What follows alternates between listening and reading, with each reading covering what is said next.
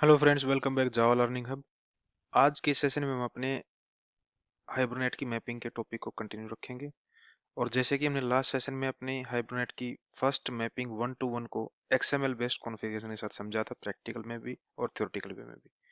आज हम 1 to 1 mapping को एनोटेशन बेस्ड कॉन्फ़िगरेशन के साथ अपने प्रोजेक्ट के अंदर कॉन्फ़िगर करके देखेंगे और दोनों में डिफरेंस देखते हैं कि एक्चुअल में दोनों मैपिंग कैसे डिफर करती हैं एक दूसरे से। तो थ्योरेटिकली एक बार इसको डिस्कस करने के लिए पहले अपने पावर पॉइंट की स्लाइड्स पर चलते हैं और देखते हैं कि हम 1 to 1 मैपिंग को एनोटेशन के साथ कैसे कॉन्फ़िगर कर सकते हैं अपने प्रोजेक्ट के अंदर। तो यहाँ पे आप देख पाओगे, यहाँ पे हम क्या कर रहे हैं आज, हाइबरनेट मैपिंग यूजिंग एनोटेशंस।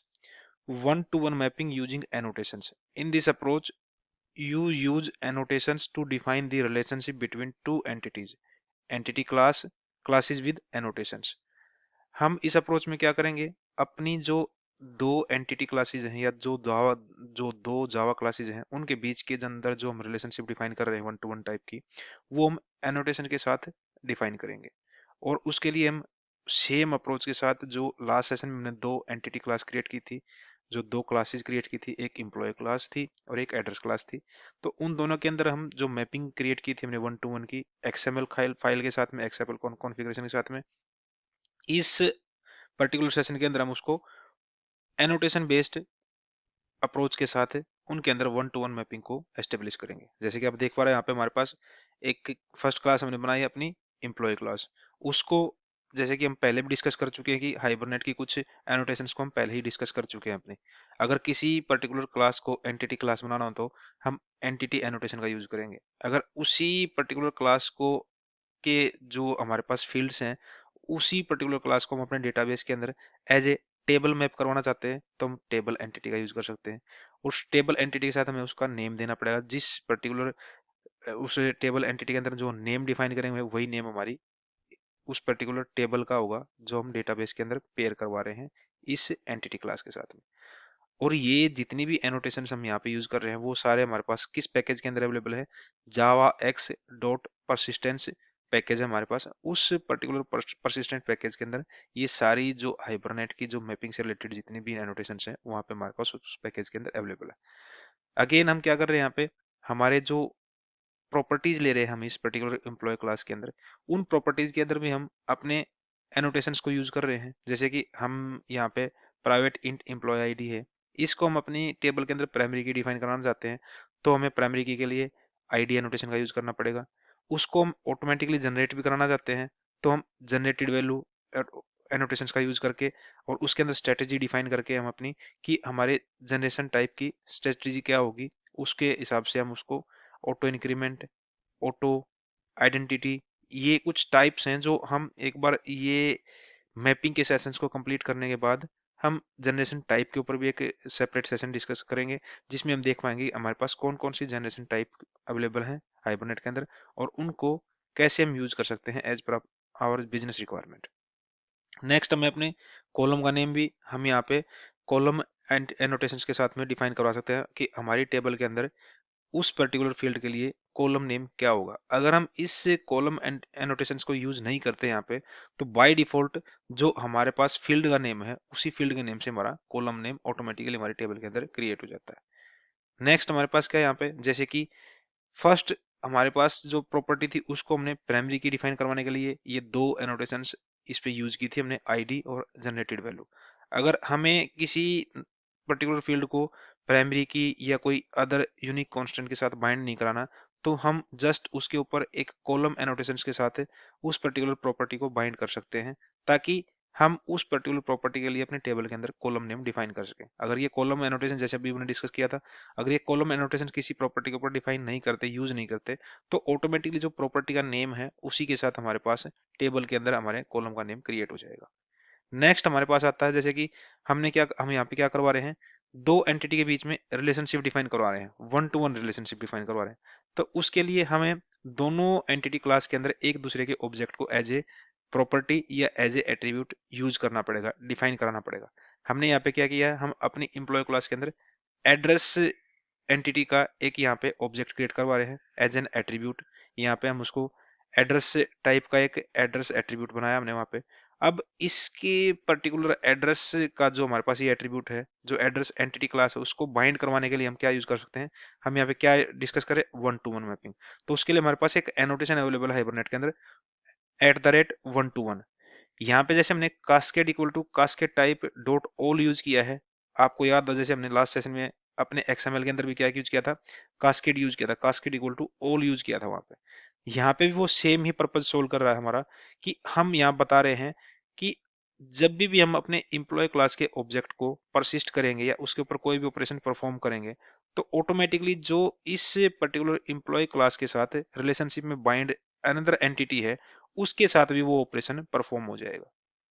यहाँ पे हम क्या कर रहे हैं, एक नेक्स्ट एनोटेशन यूज कर रहे हैं यहाँ पे भी इस पर्टिकुलर एड्रेस फील्ड के ऊपर, @ज्वाइन कॉलम, जहां पे हम कॉलम का नेम दे रहे हैं एड्रेस आईडी।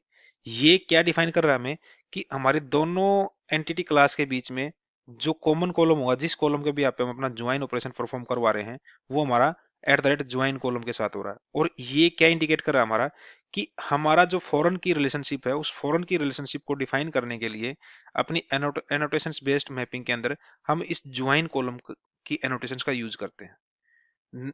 नेक्स्ट हम इसके गेटर सेटर अपने सेट करवा सकते हैं, जैसे कि हमने लास्ट सेशन में करवाए थे। हम अपने प्रैक्टिकल सेशन में जब हम इसको देखेंगे कैसे हम इसको यूज कर सकते हैं एनोटेशंस को, तब आप और बेटर वे में समझ पाओगे कि एनोटेशन में और XML की कॉन्फ़िगरेशन के बीच में डिफरेंस क्या है। नेक्स्ट जो हमारे पास एंटिटी क्लास है, उसको भी हम same as it is define करें, जैसे हमने अपनी एम्प्लॉय एंटिटी क्लास को डिफाइन करवाया है। एड्रेस क्लास को भी हमें अगर एंटिटी क्लास बनानी है, तो हमें क्या करना है, एंटिटी एनोटेशन का यूज करना पड़ेगा। सेम टेबल नेम करना है, टेबल डिफाइन करवानी है हमें डेटाबेस के अंदर, तो टेबल एंटिटी का यूज करना पड़ेगा। प्राइमरी की है जो हमारे पास यहाँ पे एड्रेस आईडी, उसको हमें एनोटेशन आईडी और जनरेटेड वैल्यू के साथ एनोटेट करना पड़ेगा। सेम कॉलम को डिफाइन करवाना, हमें कॉलम एनोटेशन का यूज करना पड़ेगा यहाँ पे।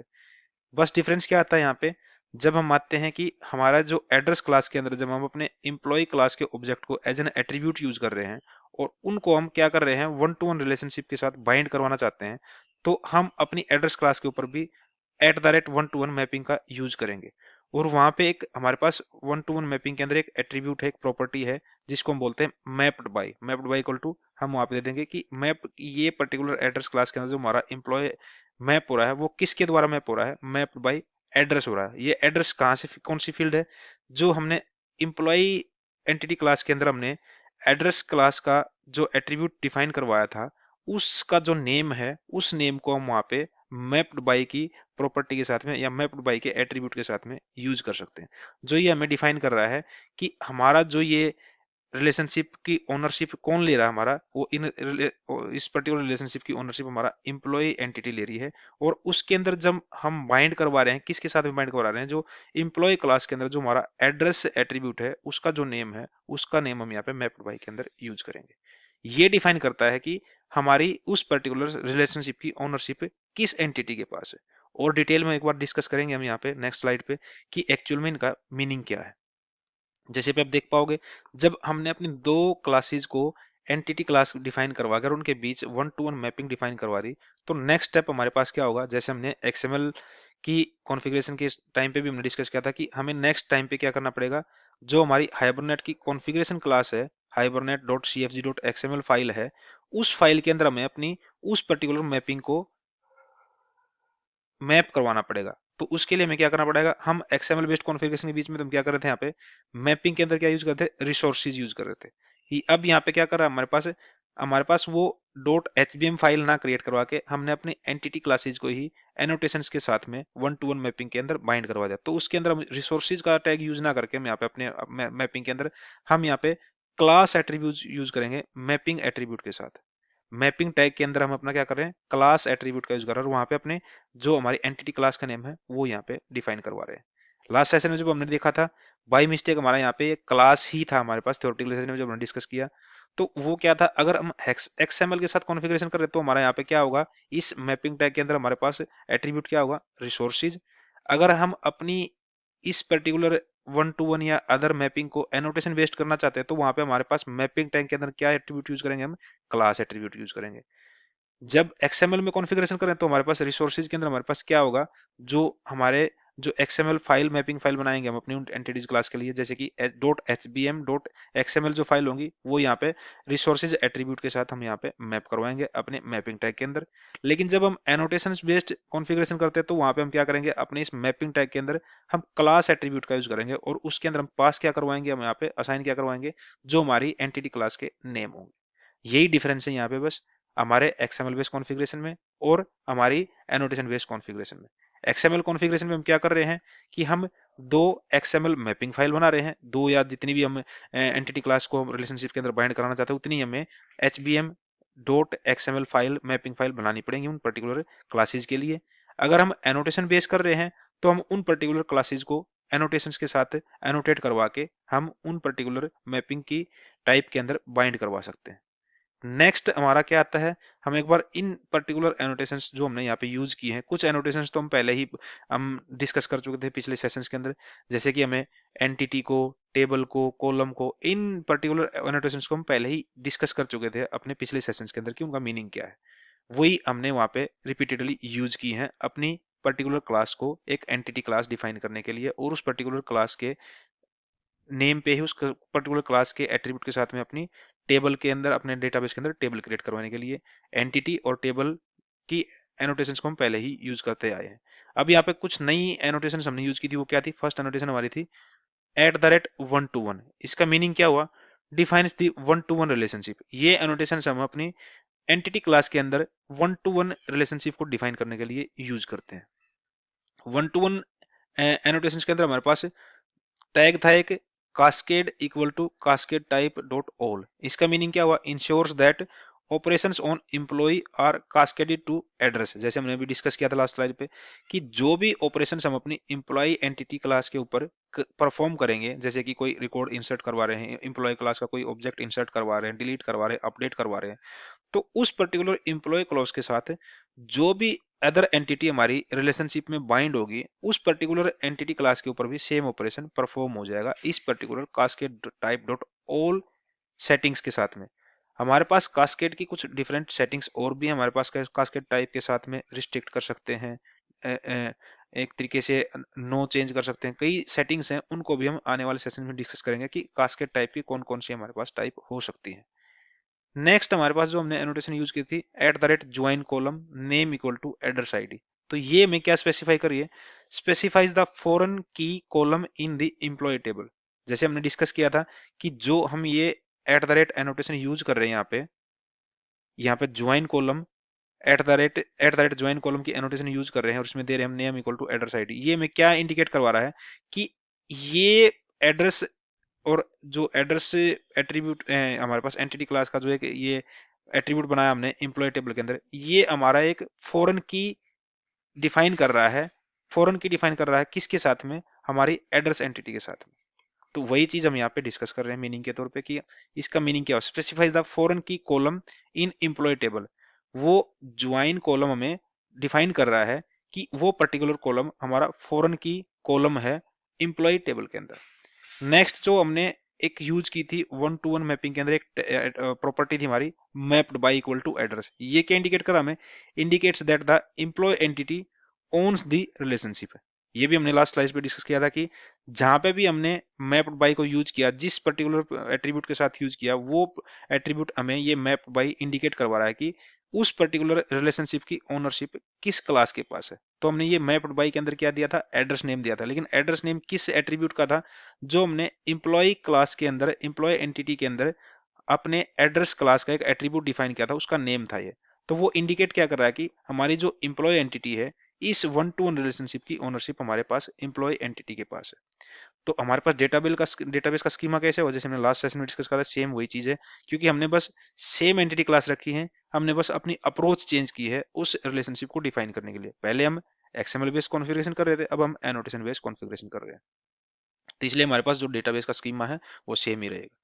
कुछ की पॉइंट्स हैं जहां पे हम XML बेस्ड एनोटेशन में से कौन सी को यूज कर सकते हैं और उसका क्या बेनिफिट है हमारे पास। जैसे कि यहाँ पे देख पा रहे हैं आप XML बेस्ड एनोटेशन कॉन्फ़िगरेशन में क्या है, XML is more verbose but provided better separation of concerns. ये मोर वर्बस है, लेकिन ये बेटर सेपरेशन डिफाइन करता है हमारे पास, क्योंकि हम इजिली जो हमारे पास दो एक dot HPM dot XML files हैं उनके साथ हम इजिली अपनी एंटिटी को, अपनी रिलेशनशिप को सेपरेट कर पाते हैं। Annotations are more concise and easier to maintain. Annotation जैसे हमने देखा कि वहां पे हमें दो अलग से सेपरेट फाइल बनानी पड़ती है, एंटिटी क्लास तो हम बना ही रहे थे, लेकिन हमें दो सेपरेट फाइल भी बनानी पड़ रही थी जिसके साथ में हम अपनी रिलेशनशिप को डिफाइन कर रहे थे। एनोटेशन के साथ में क्या हो रहा है, वो उन दो सेपरेट फाइल की नीड हमारी यहाँ पे खत्म होगी और हम सेम एंटिटी क्लास के ऊपर ही एनोटेशन के साथ में उस अपनी रिलेशनशिप को मेंटेन कर सकते हैं easily. Cascade types, use cascade to propagate operations from one entity to another entity. Cascade types क्या है कि एक एंटिटी से दूसरी एंटिटी के ऊपर ऑपरेशंस जो प्रोपेगेट करवाने हैं उनके टाइप को हम डिफाइन करवा सकते हैं कास्केड टाइप्स के साथ। इसकी भी फर्दर कई टाइप होती हैं, उनको हम आने वाले सेशन में डिस्कस करेंगे कि कास्केड की कौन कौन सी टाइप हो सकती है और उनको हम कैसे यूज कर सकते हैं। हालांकि ये कास्केड टाइप को हमने अपने डेटाबेस के जब हम सेशंस क्रिएट, हम डेटाबेस के जो हम टॉपिक्स डिस्कस करे थे लास्ट सेशंस के अंदर, हमने वहां पे कास्केड की टाइप्स डिस्कस की थी। वही कास्केड की टाइप यहाँ पे हमारे पास एनोटेशंस के अंदर होंगी, लेकिन फिर भी हम उनको एक बार दोबारा डिस्कस करेंगे एनोटेशंस के साथ में कि हमारे पास कास्केड की कौन कौन सी टाइप्स हो सकती है जो हम अपनी एनोटेशंस के साथ में यूज कर सकते हैं। नेक्स्ट की पॉइंट क्या हमारे पास, फॉरेन की। दी फॉरेन की can be either table depending on the relationship ownership. ये फॉरेन की हम किसी भी पर्टिकुलर टेबल के अंदर डिफाइन करवा सकते हैं, वो हमारा डिपेंड करता है कि हम ओनरशिप किस टेबल को, किस पर्टिकुलर एंटिटी क्लास को देना चाहते हैं।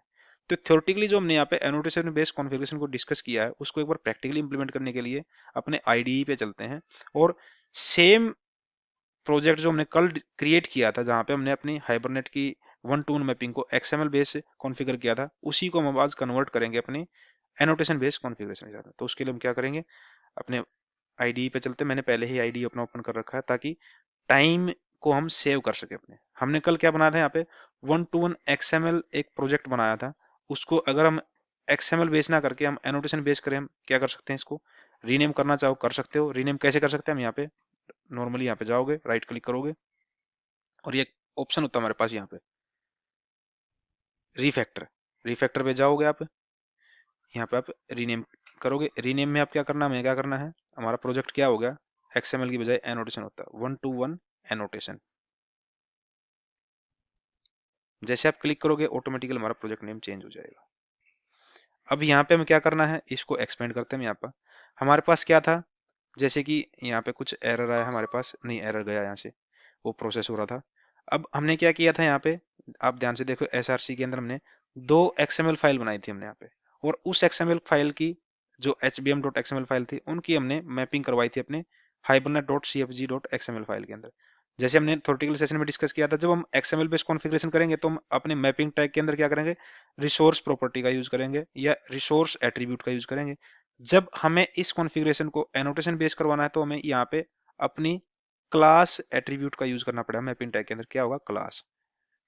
अब ये क्लास हमारी कहाँ पे है, क्लास हमारी अब जो एंटिटी क्लास है उन्हीं को हम एनोटेट करके हम अपनी रिलेशनशिप को डिफाइन करें। तो उस केस में हमारे पास जो ये दो क्लासेज हैं, hbm.xml और employee.hbm.xml, इन दोनों क्लास का हमें कोई यूज नहीं है। चाहो तो हम इनको डिलीट कर सकते हैं। मैं इनको डिलीट कर देता हूँ।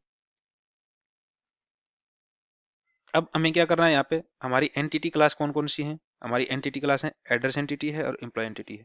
अब इनको हमें यहाँ पे मैप करवाना है अपने मैपिंग टैग के अंदर क्लास एट्रीब्यूट के साथ में। तो हमारी क्लास नेम क्या है, उनको यहाँ पे चेंज कर देते हैं। पहले क्लास नेम हमारे क्या है, एड्रेस। पहले लेते हैं एम्प्लॉय। एम्प्लॉय, अब यहाँ पे हमें, वहां पे तो हम डायरेक्टली क्या करवा रहे थे, अपने जस्ट हाइबरनेट जो address dot H B M या employ dot H B M उसका एक्सएमएल फाइल का रेफरेंस दे रहे थे यहाँ पे। लेकिन हमें यहाँ पे बताना पड़ेगा कि हमारा ये पर्टिकुलर, क्योंकि वो दोनों क्लासेस कहाँ थे हमारे पास, दोनों फाइल कहाँ थी हमारे पास, डायरेक्टली एसआरसी मेन जावा फोल्डर के अंदर। लेकिन अब हमारे पास ये क्लासेस कहाँ पे हैं, कॉम डॉट एंटिटी पैकेज के अंदर है। तो हमें अपना पूरा पाथ देना पड़ेगा। यहाँ पे क्या देना पड़ेगा, com dot entity dot employ. ऐसे ही हमें दूसरी को यूज करना है। कॉपी करते हैं इसको यहाँ से, कंट्रोल सी और कंट्रोल वी। अब हमारे यहाँ पे क्या है, दूसरी क्लास का नेम क्या है, एड्रेस। ये चेंज हमारा कहाँ पे था, जो हमारी कॉन्फ़िगरेशन फाइल है hibernate.cfg.xml फाइल में। हम यहाँ पे इस चेंज से मैपिंग टैग के अंदर हम किस टाइप की मैपिंग करवा रहे हैं। अगर XML की फाइल को मैप करवा रहे हैं जो हमारे पास .hbm.xml फाइल है, तो वहां पे हमें रिसोर्स एट्रीब्यूट का यूज करना पड़ेगा मैपिंग टैग के अंदर। अगर हम अपनी एनोटेशन बेस्ड कॉन्फ़िगरेशन करवाना है तो वहां पे हमने क्लास एट्रीब्यूट का यूज करना पड़ेगा और उस क्लास के अंदर हम अपने एंटिटी क्लास के नेम देने पड़ेंगे। यही डिफरेंस है हमारे पास इस hibernate.cfg.xml फाइल के अंदर दोनों एनोटेशन दोनों अप्रोच के बीच में। नेक्स्ट हमारे पास क्या है, हमने क्या किया था लास्ट सेशन में, हमने अपनी एंटिटी क्लास अलग बनाई थी और उन एंटिटी क्लास के लिए हमने अपनी मैपिंग फाइल अलग बनाई थी जहां पे हमने अपनी मैपिंग को डिफाइन करवाया था कि कौन सी किस टाइप की मैपिंग होगी और कौन कौन सी मैपिंग कहाँ पे फॉरेन की बनेगी, किस टेबल में फॉरेन की बनेगी, वो हमने अपनी उन दो एक्सएमएल फाइल्स के अंदर मैपिंग फाइल्स के अंदर डिफाइन करवा था। लेकिन अब हमें क्या करना है, हमें अपनी करनी एनोटेशन बेस्ड कॉन्फ़िगरेशन करनी। तो हम क्या करें, दोनों अपनी एंटिटी क्लास को ओपन करेंगे, हम एम्प्लॉय एंटिटी क्लास में चलते हैं।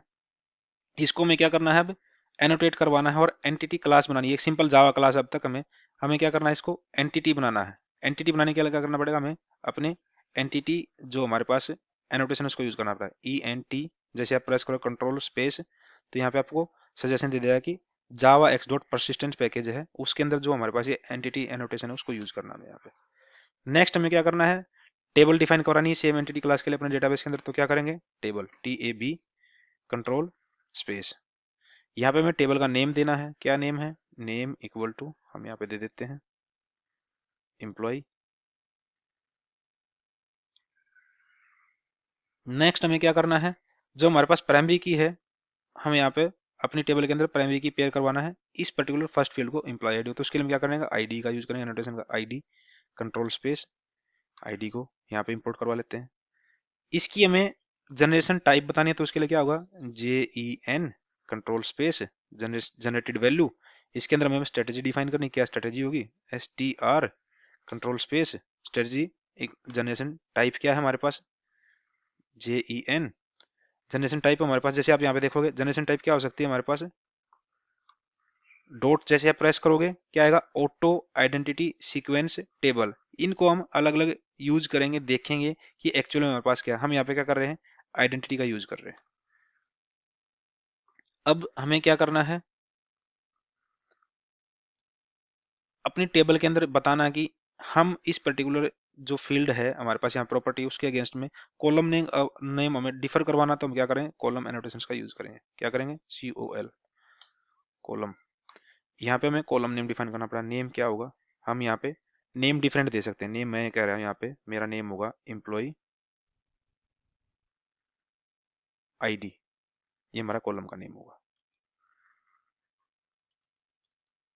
नेक्स्ट हम क्या कर लेते हैं, यहाँ पे सेम कॉलम एंटिटी, क्योंकि हमें क्या करना है बस बाकी जो नेक्स्ट प्रॉपर्टी हमारे पास उसको कॉलम कॉलम डिफाइन करना, ना तो हमें उसको प्राइमरी की बनाना है ना हमें उसको फॉरेन की के साथ में उस पर्टिकुलर कॉलम को यूज करना है। तो हमें क्या करना है, सिंपल बस कॉलम की एंटिटी को यहाँ एनोटेशन को हम यूज करेंगे, उसका नेम दे देंगे नेम।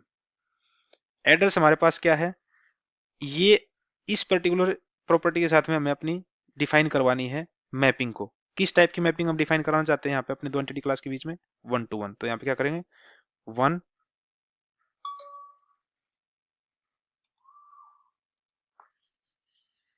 1 जैसे मैं प्रेस करूंगा कंट्रोल स्पेस दबाऊंगा तो 1 to 1 ये हमें यहाँ पे ऑप्शन दे देगा।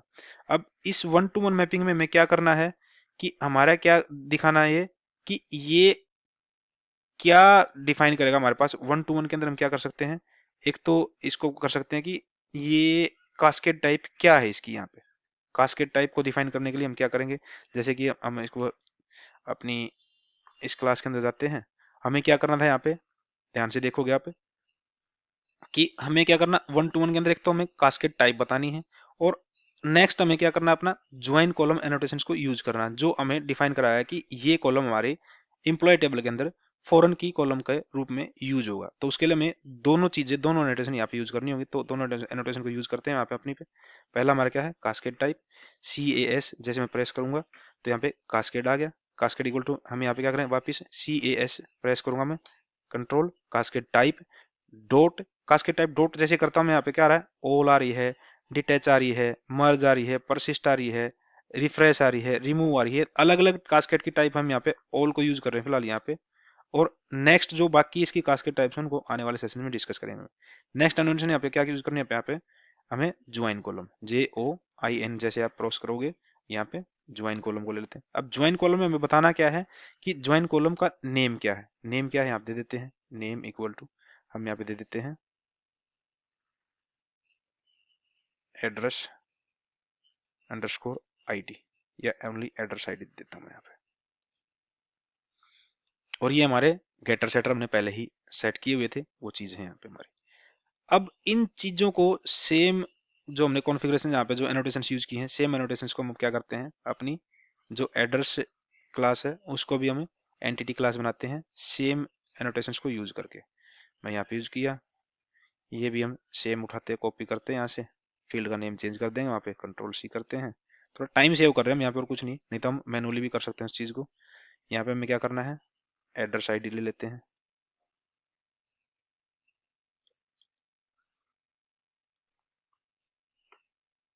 अपने कॉलम तो हम यहीं से ले सकते हैं, ये सेम कॉलम ले लेते हैं यहाँ पे, control C, control V, control V, last पे हमें 1 to 1 को यूज करना। तो यहाँ पे क्या होगा हमारे पास, यहाँ पे सिटी,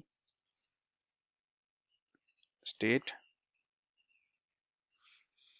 लास्ट में हमें क्या करना है, हमें यहाँ पे भी अपनी, क्योंकि ये अगर यहाँ पे हम इसको 1 to 1 मैपिंग के टैग को या एनोटेशन को यूज करें तो क्या होगा, हमारे पास जो रिलेशनशिप होगी बाई डायरेक्शनल बनेगी। हमें यूनी डायरेक्शनल बनानी है कि हमें एम्प्लॉय से एड्रेस पे आ सकते हैं लेकिन एड्रेस से एम्प्लॉय पे नहीं जा सकते। तो उस केस में यहाँ पे हमें ना तो इस पर्टिकुलर प्रॉपर्टी को यूज करने की जरूरत है, ना यहाँ पे हमें अपनी एनोटेशन को यूज करने की जरूरत है। लेकिन यहाँ पे हम क्या कर रहे हैं, हम अपनी रिलेशनशिप को बाई डायरेक्शनल बना लें। मीन्स एम्प्लॉय से एड्रेस के ऊपर पहुंच सकते हैं हम, एड्रेस की आईडी हमारे पास तो एम्प्लॉय की आईडी, एम्प्लॉय की डिटेल निकाल सकते हैं, एम्प्लॉय की आईडी हमारे पास तो एड्रेस की डिटेल निकाल सकते हैं। तो हम इसको बाई डायरेक्शनल बनाने हैं। यूनि डायरेक्शनल बनाना है तो हमें ना तो अपनी सेकंड क्लास में जो हमारे पास एंटिटी क्लास है एड्रेस है उसमें ना तो हमें इस पर्टिकुलर टेबल इस एट्रीब्यूट की जरूरत है, ना हमें यहाँ पे अपनी 1 to 1 एनोटेशन को यूज करने की जरूरत है। लेकिन हम बाई डायरेक्शनल पे काम करें तो हम क्या करेंगे, यहाँ पे यूज करेंगे 1 to 1।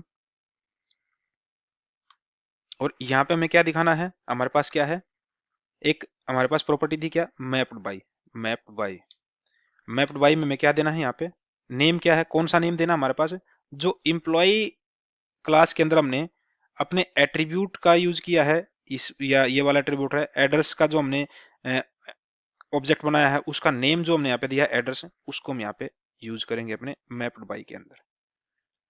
और यहाँ पे हम क्या कर रहे हैं कि हम चाह रहे हैं कि हमारा जो फॉरेन की का कॉलम बने एक ही टेबल में बने। तो यहाँ पे ओनली हम ओनली 1 to 1 मैपिंग टैग को यूज कर रहे हैं, हम अपने ज्वाइन कॉलम के टैग को यूज नहीं कर रहे हैं, क्योंकि हम फॉरेन की का कॉलम एक ही टेबल में चाह रहे हैं।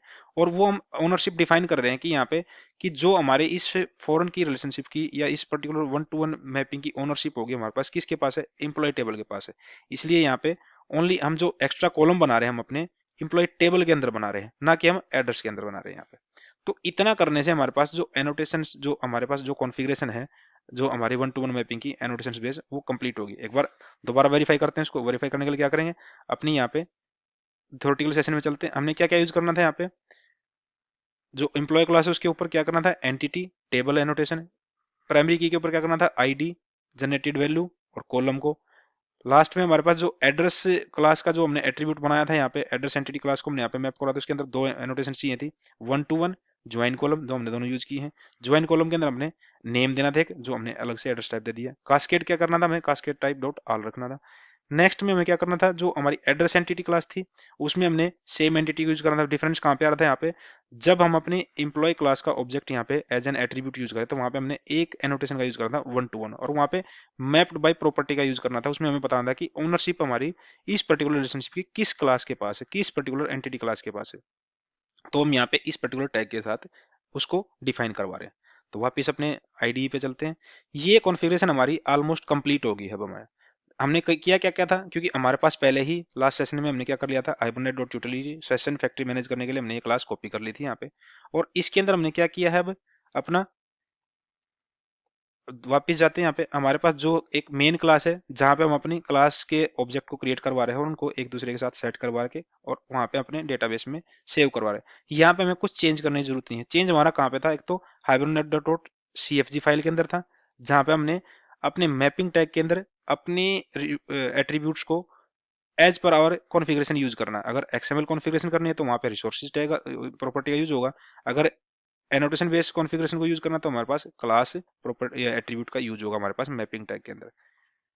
अगर हम एनोटेशन कर रहे हैं तो हम अपनी क्लास जो हमने जावा क्लासेज है उनको हम एंटिटी क्लास बना के एंटिटी बना के और उनको एनोटेशंस के साथ एनोटेट करके अपनी मैपिंग को डिफाइन कर सकते हैं।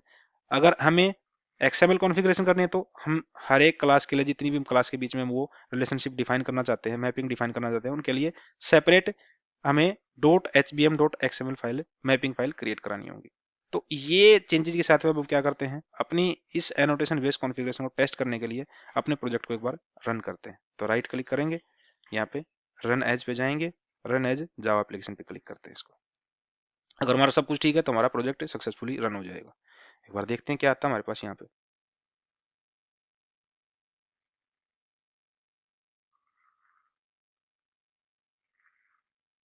हमें कुछ एरर आया, देखते क्या है। Field employ ID, field employ does not have a default value.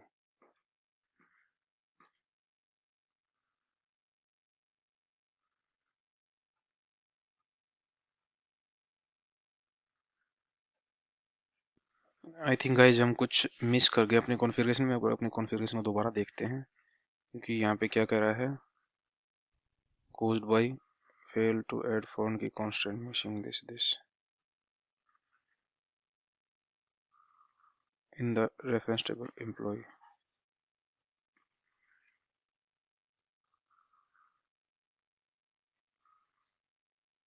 ID doesn't have a default value। एक बार देखते हैं अपनी कॉन्फ़िगरेशन दोबारा देखते हैं। हमने यहाँ पे क्या किया है, एम्प्लॉय पे क्या किया हमने, एंटिटी बना दिया इसको एम्प्लॉय टेबल। यहाँ पे स्ट्रेटजी हमने जनरेशन टाइप ले ली आइडेंटिटी, ठीक है। ये भी एड्रेस में हमने एड्रेस आईडी है, कास्केड टाइप ऑल, ये भी ठीक है। यहाँ पे हमें क्या किया है, address ID mapped by address.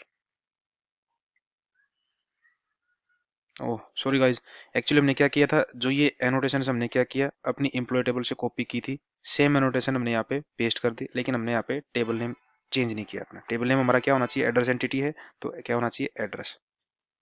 एक बार इसको कंट्रोल एस करते हैं, अपने प्रोजेक्ट को एक बार दोबारा से रन करके देखते हैं।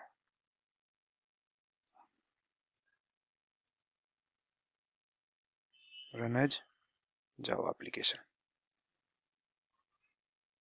कई बार जैसे हमने कॉपी पेस्ट की तो मिस्टेक हो जाती है, तो गाइज आपको जब आप अपना प्रोजेक्ट कर रहे होगे तो ये चीजें ध्यान में रखनी है कि ऐसी मिस्टेक आप ना करो। क्योंकि क्या होता है, कॉपी पेस्ट से हमारा गड़बड़ होती कुछ। Field employ ID does not have a default value, again some mistake. I think हमारा लास्ट टाइम पे या तो हमारा कॉन्फ़िगर हो गया था हमारा ये टेबल्स। एक बार अपने डीबी को डिस्कार्ड करते हैं, स्कीमा डिस्कार्ड ड्रॉप, और अपने प्रोजेक्ट को दोबारा एक बार रन करते हैं।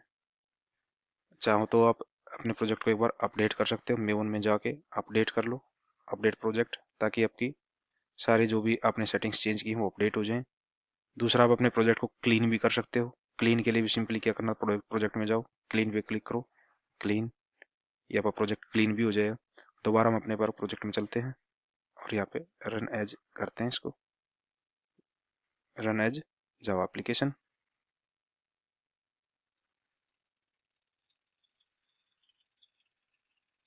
ये कुछ वैलिडेशन का प्रोसेस चल रहा है, जैसे हमारा वैलिडेशन कंप्लीट हो जाएगा तो हमारा ये प्रोजेक्ट रन होना स्टार्ट हो जाएगा।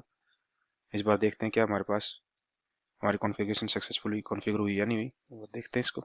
या इस बार गाइज हमारा प्रोजेक्ट सक्सेसफुली रन हो गया।